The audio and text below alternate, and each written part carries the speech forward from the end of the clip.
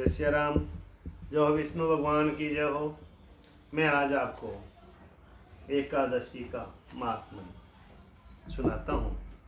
श्री हरि की जय हो, विष्णु भगवान की जय हो। त्वमेव माता च पिता त्वमेव, त्वमेव बन्धुश्च सखा त्वमेव, त्वमेव विद्या तरुणं त्वमेव, त्वमेव सर्वमं देव देव। जय हो विष्णु भगवान की जय। एकादशी के जया आदि भेद, नक्त व्रत का स्वरूप, उत्पन्ना एकादशी के प्रसंग में एकादशी की विधि, उत्पन्न कथा और महिमा का वर्णन मैं आज आपके सामने कर रहा हूँ। आप एकादशी व्रत करते हो भगवान के, अपने मंदिर में पूजा करके और इस वीडियो को चलाकर एकादशी का महात्म्य सुन सकते हो। नारद जी ने पूछा, महादेव महाद्वादशी यानी एकादशी का उत्तम व्रत कैसा होता है? सर्वेश्वर प्रभु, उसके व्रत से जो कुछ भी फल प्राप्त होता है उसे बताने की कृपा कीजिए। महादेव जी ने कहा, ब्राह्मण, यह एकादशी महान पुण्य फल को देने वाली है। श्रेष्ठ मुनियों को भी इसका अनुष्ठान करना चाहिए। विशेष विशेष नक्षत्रों का योग होने पर यह तिथि जया, विजया, जयंती तथा पाप नाशिनी इन चारों नामों से विख्यात होती है। ये सभी पापों का नाश करने वाली है। इनका व्रत अवश्य करना चाहिए। जब शुक्ल पक्ष की एकादशी को पुनर्वसु नक्षत्र हो तो वह उत्तम तिथि जया कहलाती है। उसका व्रत करके मनुष्य निश्चय ही पाप से मुक्त हो जाता है। जब शुक्ल पक्ष को की द्वादशी को स्वर्ण नक्षत्र हो तो वह उत्तम तिथि विजया के नाम से विख्यात होती है।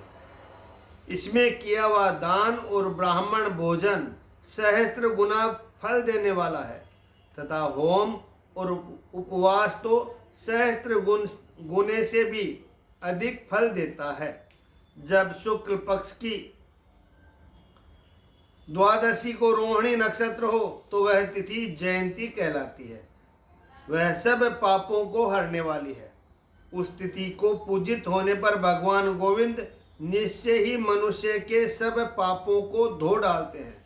जब कभी शुक्ल पक्ष की द्वादशी को पुष्य नक्षत्र हो तो वह महापुण्यमयी पाप नाशिनी तिथि कहलाती है। जो एक वर्ष तक प्रतिदिन एक प्रहस्त तिल दान करता है तथा जो केवल पाप नाशिनी एकादशी का उपवास करता है, उन दोनों का पुण्य सम्मान होता है। उस तिथि को पूजित होने पर संसार के स्वामी सर्वेश्वर श्री हरि संतुष्ट होते हैं तथा प्रत्यक्ष दर्शन भी देते हैं।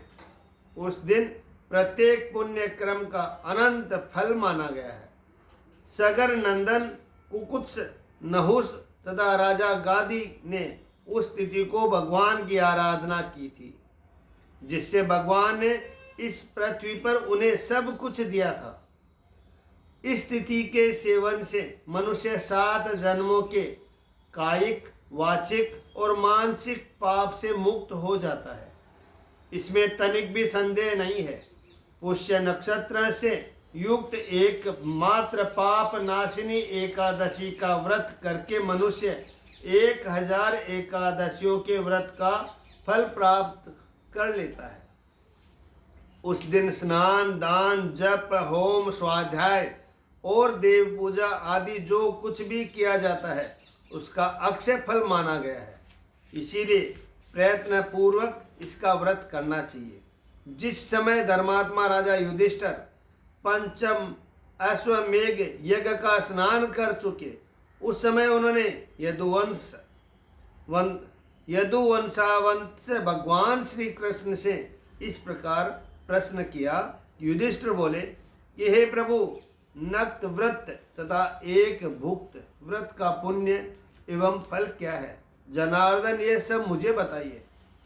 श्री भगवान ने कहा, कुंती नंदन, हेमंत ऋतु में जब परम कल्याणमय मंगशिर मास आए तब उसके कृष्ण पक्ष की एकादशी को उपवास का व्रत करना चाहिए। उसकी विधि इस प्रकार है। दृढ़ता पूर्वक उत्तम व्रत का पालन करने वाले शुद्ध चित्त पुरुष दशमी को सदा एक भुक्त रहे और सोच संतोष आदि नियमों का पालन पूर्वक नक्त व्रत के स्वरूप को जानकर उसके अनुसार एक बार भोजन करे। दिन के 8वें भाग में जब सूर्य का तेज मंद पड़ जाता है उसे नक्त जानना चाहिए। रात को भोजन करना नक्त नहीं है। गृहस्थ के लिए तारों के दिखाई देने पर नक्त भोजन का विधान है और सन्यासी के लिए दिन के 8वें भाग में, क्योंकि उसके लिए रात में भोजन का निषेध है। कुंती नंदन, दशमी की रात व्यतीत होने पर एकादशी को प्रातःकाल व्रत करने वाला पुरुष व्रत का नियम ग्रहण करे और सवेरे तथा मध्यवाहन को पवित्रता के लिए स्नान करे। कुएं का स्नान निम्न श्रेणी का है। बावली में स्नान करना मध्यम, पोखरे में उत्तम और नदी में उससे भी उत्तम माना गया है। जहाँ जल में खड़ा होने पर जल जंतुओं को पीड़ा होती हो वहाँ स्नान करने पर पाप और पुण्य बराबर होता है। यदि जल को छानकर शुद्ध कर ले तो घर पर ही स्नान करना उत्तम माना गया है। इसीलिए पांडव श्रेष्ठ घर पर उक्त विधि से स्नान करें और स्नान के पहले निम्नांकित मंत्र पढ़कर शरीर में मृत्तिका लगा ले।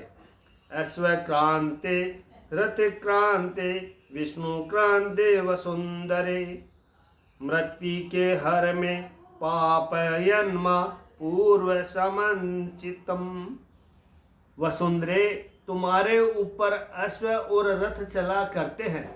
भगवान विष्णु ने भी वामन अवतार धारण कर तुम्हें अपने पैरों से नापा था। मृत्तिके, मैंने पूर्व काल में जो पाप संचित किया है उसे मेरे पाप को हर लो। व्रती पुरुष को चाहिए कि वह एक चित्त और दृढ़ संकल्प होकर क्रोध तथा लोभ का परित्याग करे। अंत्यज, पाखंडी, मिथ्यावादी, ब्राह्मण निंदक, अगम्य स्त्री के साथ गमन करने वाले, अनन्याय दुराचारी, परधनहारी तथा पर स्त्रीगामी मनुष्यों से वार्तालाप न करे। भगवान केशव की पूजा करके उन्हें निवेद भोग लगाए। घर में भक्ति युक्त मन से दीपक जला कर रखे। पार्थ, उस दिन निद्रा और मैथुन का परित्याग करे। धर्म शास्त्र से मनोरंजन करते हुए संपूर्ण दिन व्यतीत करे। नृपश्रेष्ठ, भक्ति युक्त होकर रात्रि में जागरण करे और ब्राह्मणों को दक्षिणा दे और प्रणाम करके उनसे त्रुटियों के लिए क्षमा मांगे। जैसे कृष्ण पक्ष की एकादशी है वैसे ही शुक्ल पक्ष की भी एक है। इस विधि से उसका भी व्रत करना चाहिए। पार्थ, द्विज को चाहिए कि वह शुक्ल और कृष्ण पक्ष की एकादशी की व्रती लोगों में भेद बुद्धि न उत्पन्न करे। शंखोद्वार तीर्थ से स्नान करके भगवान गदाधर का दर्शन करने से जो पुण्य होता है तथा संक्रांति के अवसर पर 4 लाख का दान देकर जो पुण्य प्राप्त किया जाता है वह सब एकादशी व्रती की 16वीं कला के बराबर भी नहीं है।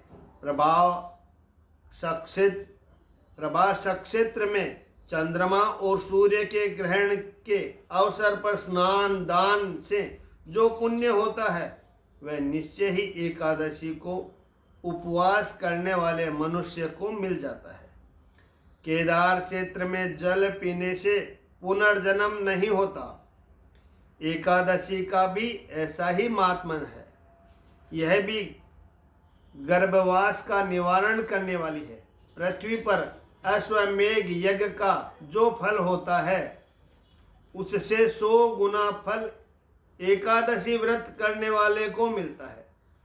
जिसके घर में तपस्वी एवं श्रेष्ठ ब्राह्मण भोजन करते हैं उसका जिस फल की प्राप्ति होती है वह एकादशी व्रत करने वाले को भी अवश्य मिलता है। वेदांगों के पारागामी विद्वान ब्राह्मण को सहस्त्र गोदान करने से जो पुण्य होता है उससे 100 गुना पुण्य एकादशी व्रत करने वाले को प्राप्त होता है।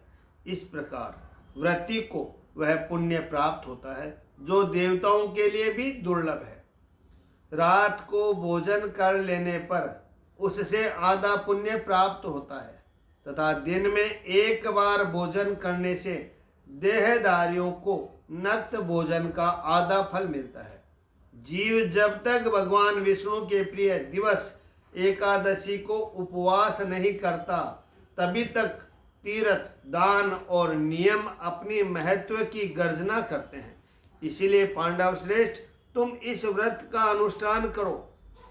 कुंती नंदन, यह गोपनीय एवं उत्तम व्रत है जिसका मैंने तुमसे वर्णन किया है। हजारों यज्ञों का अनुष्ठान भी एकादशी व्रत की तुलना नहीं कर सकता। युधिष्ठिर ने पूछा, भगवान पुण्यमयी एकादशी तिथि कैसे उत्पन्न हुई, इस संसार में क्यों पवित्र मानी गई तथा देवताओं को कैसे प्रिय हुई। श्री भगवान बोले कि कुंती नंदन, प्राचीन समय की बात है। सतयुग में मूर नामक दानव रहता था। वह बड़ा ही अद्भुत, अत्यंत रौद्र तथा संपूर्ण देवताओं के लिए भयंकर था। उस काल रूपधारी दुरात्मा महासुर ने इंद्र को भी जीत लिया था। संपूर्ण देवता उससे परास्त होकर स्वर्ग से निकाले जा चुके थे और शंकित तथा भयभीत होकर पृथ्वी पर विचार करते थे। एक दिन सब देवता महादेव जी के पास गए। वहां इंद्र ने भगवान शिव के आगे सारा हाल कह सुनाया। इंद्र बोले, महेश्वर, ये देवता स्वर्गलोक से भ्रष्ट होकर पृथ्वी पर विचर रहे हैं। मनुष्यों में रहकर इनकी शोभा नहीं होती। देव, कोई उपाय बताइए। देवता इसका किसका सहारा ले? देवता किसका सहारा ले? महादेव जी ने कहा कि देवराज, जहां सबको शरण देने वाले, सबकी रक्षा में तत्पर रहने वाले जगत के स्वामी गरुड़ ध्वज विराजमान है, वहां जाओ, वे तुम लोगों की रक्षा करेंगे। श्री भगवान कृष्ण कहते हैं कि युधिष्ठिर, महादेव जी की बात सुनकर परम बुद्धिमान देवराज इंद्र संपूर्ण देवताओं के साथ वहां गए। भगवान गदाधर क्षीर सागर में जल में सो रहे थे। उनका दर्शन करके इंद्र ने हाथ जोड़कर स्तुति आरंभ की। इंद्र बोले, देव देवेश्वर, आपको नमस्कार है। देवता और दानव दोनों ही आपकी वंदना करते हैं। पुंडरीकाक्ष, आप दैत्यों के शत्रु हैं। मधुसूदन, हम लोगों की रक्षा कीजिए। जगन्नाथ, संपूर्ण देवता मूर नामक दानव से भयभीत होकर आपकी शरण में आए हैं। भक्त वत्सल, हमें बचाइए। देव देवेश्वर, हमें बचाइए। जनार्दन, हमारी रक्षा कीजिए, रक्षा कीजिए, रक्षा कीजिए। दानवों का विनाश करने वाले कमल नयन, हमारी रक्षा कीजिए। प्रभु, हम सब लोग आपके समीप आए हैं, आपकी ही शरण में आ पड़े हैं। भगवान, शरण में आए हुए देवताओं की सहायता कीजिए। देव, आप ही पति, आप ही मति, आप ही कर्ता और आप ही कारण है। आप ही सब लोगों की माता और आप ही इस जगत के पिता है। भगवान, देव देवेश्वर शरणगत वत्सल देवता भयभीत होकर आपकी शरण में आए हैं। प्रभु, अत्यंत उग्र स्वभाव वाले महाबली मूर नामक दैत्य ने संपूर्ण देवताओं को जीतकर इन्हें स्वर्ग से निकाल दिया है। इंद्र की बात सुनकर भगवान विष्णु बोले कि देवराज, वह दानव कैसा है, उसका रूप और बल कैसा है तथा उस दुष्ट के रहने का स्थान कहाँ है। इंद्र बोले, देवेश्वर, पूर्व काल में ब्रह्मा जी के वंश में तालजंग नामक एक महान असुर उत्पन्न हुआ था जो अत्यंत भयंकर था। उसका पुत्र मूर दानव के नाम से विख्यात हुआ है। वह भी अत्यंत उत्कट, महापराक्रमी और देवताओं के लिए भयंकर है। चंद्रावती नाम से प्रसिद्ध एक नगरी है, उसी में स्थान बनाकर वह निवास करता है। उस दैत्य ने समस्त देवताओं को परास्त करके स्वर्ग लोक से बाहर कर दिया है। उसने एक दूसरे ही इंद्र को स्वर्ग के सिंहासन पर बैठाया है। अग्नि, चंद्रमा, सूर्य, वायु और वरुण भी उसने दूसरे ही बनाए हैं। जनार्दन, मैं सच्ची बात बता रहा हूँ, उसने सब कोई दूसरे ही कर लिए हैं।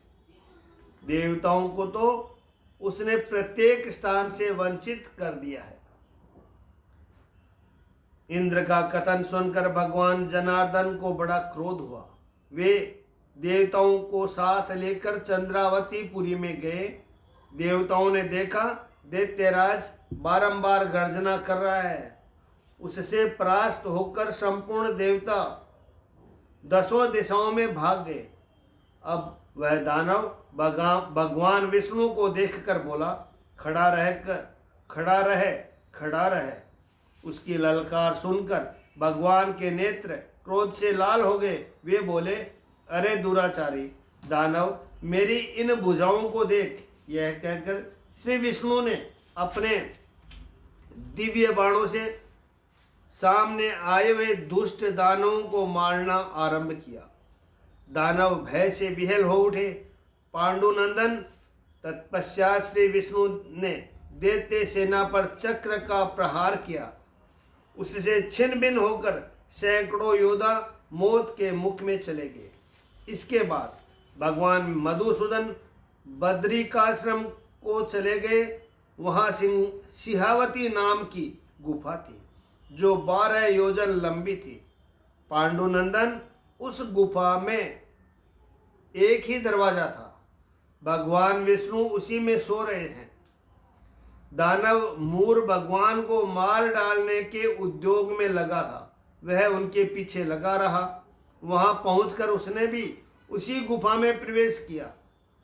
वहां भगवान को सोते देख उसे बड़ा हर्ष हुआ। उसने सोचा, यह दानवों को भय देने वाला देवता है, अतः निसंदेह इसे मार डालूंगा। युधिष्ठिर, दानव के इस प्रकार विचार करते ही भगवान विष्णु के शरीर से एक कन्या प्रकट हुई जो बड़ी ही रूपवती, सौभाग्यशालिनी तथा दिव्य अस्त्र शस्त्रों से युक्त थी। वह भगवान के तेज के अंश से उत्पन्न हुई थी। उसका बल और पराक्रम महान था। युधिष्ठिर, दानवराज मूर ने उस कन्या को देखा। कन्या ने युद्ध का विचार करके दानव के साथ युद्ध के लिए याचना की। युद्ध छिड़ गया। कन्या सब प्रकार की युद्ध कला में निपुण थी। वह मूर नामक महान असुर उसके हुंकार मात्र से राख का ढेर हो गया। दानव के मारे जाने पर भगवान जाग उठे। उन्होंने दानव को धरती पर पड़ा देखा। पूछा, मेरा यह शत्रु अत्यंत उग्र और भयंकर था, किसने इसका वध किया है? कन्या बोली, स्वामिन, आपके ही प्रसाद से मैंने इसे महादैत्य का वध किया है। श्री कृष्ण ने कहा, कल्याणी, तुम्हारे इस कर्म से तीनों लोकों के मुनि और देवता आनंदित हुए हैं।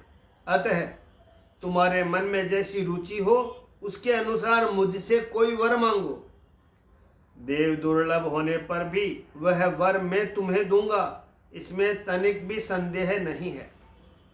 वह कन्या साक्षात एकादशी ही थी। उसने कहा, प्रभो, यदि आप प्रसन्न हैं तो मैं आपकी कृपा से सब तीर्थों में प्रधान, समस्त विघ्नों का नाश करने वाली तथा सब प्रकार की सिद्धि देने वाली देवी हूँ।